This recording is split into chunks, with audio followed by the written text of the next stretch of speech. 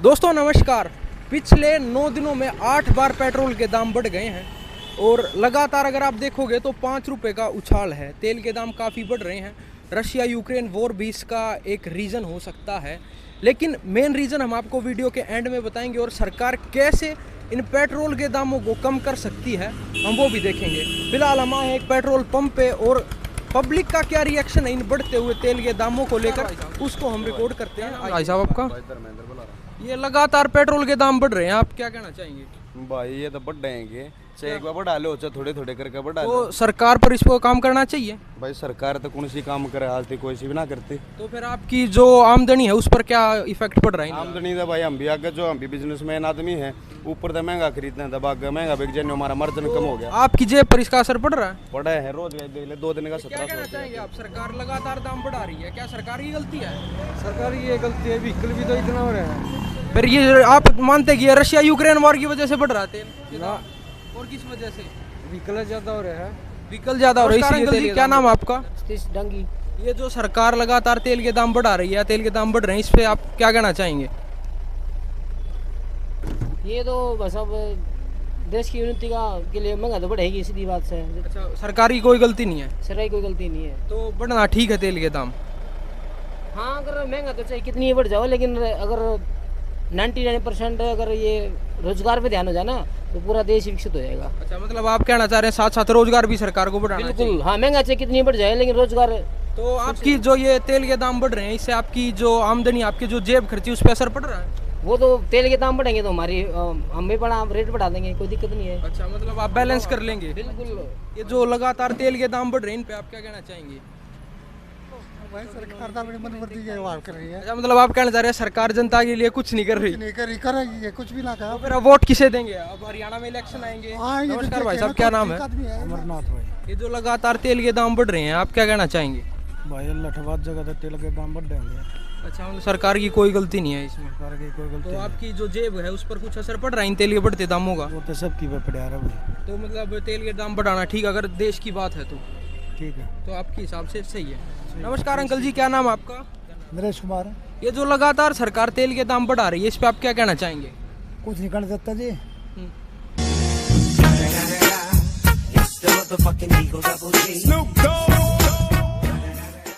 गजब बेइज्जती है। रुको जरा, सबर करो। तो बड़े घटे कोई फर्क नहीं पड़ता, आपकी जेब पर कोई असर नहीं पड़ रहा। जेब परसेंट तो सबकी पड़ता है, तो फिर ये ठीक है या गलत है? तो मेरे हाथ में तो ये सस्ता करना नहीं है। तो फिर आप कहना क्या चाहेंगे सरकार को? हम कुछ नहीं कह सकते जी। बढ़ाना घटाना आपके लिए कोई वो मायने नहीं रखता। नहीं, घटाना बढ़ाना तो जब मेरे हाथ में जाकर लेके मुझे बताओ। तो फिर हम वही तो पूछना चाह रहे हैं, इस जो दाम बढ़ रहे हैं इससे आपकी जेब पर क्या असर पड़ रहा है? जेब पर असर सबकी पड़ता है जी, जेब पर असर पड़ रहा तो है। फिर सरकार को इसको कम करना चाहिए। सरकार को चाहिए कम करना, अच्छी बात है। आम आदमी का ध्यान रखना चाहिए सरकार। क्या नाम भाई अपना? तरुण भाई, ये तो सरकार तेल के दाम लगातार बढ़ाने लग रही, इस पर क्या कहोगे भाई? क्या कर सके भाई, अपने तो हाथ में नहीं। तो हाथ में तो कौन है, जेब पर तो असर पड़ता होगा इनका। पड़े भी है भाई। तो फिर सरकार ने कम करना चाहिए। भाई जी ने कम करना चाहिए वो कम करो, जी ने बढ़ाना चाहिए बढ़ाओ। तो फिर मतलब सरकार ने जो टैक्स है इस पर कुछ ध्यान देना चाहिए। टैक्स पे यार एक बात तो, टैक्स गलत भी नहीं है और इतना ज़्यादा टैक्स ठीक भी नहीं है, लेकिन देखा जाओ दूसरे देशों में बहुत वो है जहाँ पे टैक्स बहुत कम है। तो सरकार ने बैलेंस तो बनाना चाहिए आम आदमी की जेब पे और तेल के टैक्स पे। बैलेंस भाई इतना सब सरकार ठीक को है, बढ़ाना चाहिए, कम करना चाहिए या नहीं?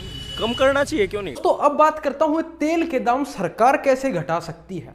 काफी बार एक्सप्लेन कर चुका हूं, लेकिन मैं आपको शुरू से समझाता हूं। इसको समझने के लिए हमें थोड़ा पीछे चलना होगा। जब दुनिया भर में लॉकडाउन लगा और तेल की डिमांड बिल्कुल कम हो गई, प्रति बैरल की कीमत माइनस में चली गई थी, यानी तेल की जो कंपनी थी वो ये कह रही थी कि भाई साहब तेल ले जाओ और पैसे भी ले जाओ, पर इस तेल को यहां से ले जाओ।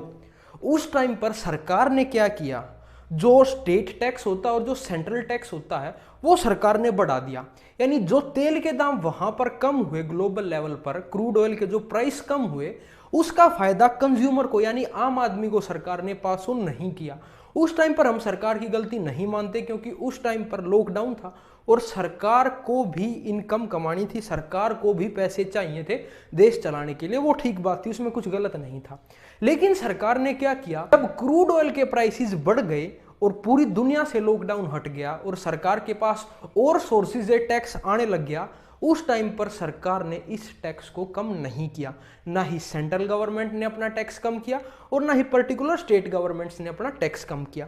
अब क्या हो रहा है, धीरे धीरे क्रूड ऑयल के प्राइसेस बढ़ रहे थे तो तेल के दाम भी बढ़ रहे थे।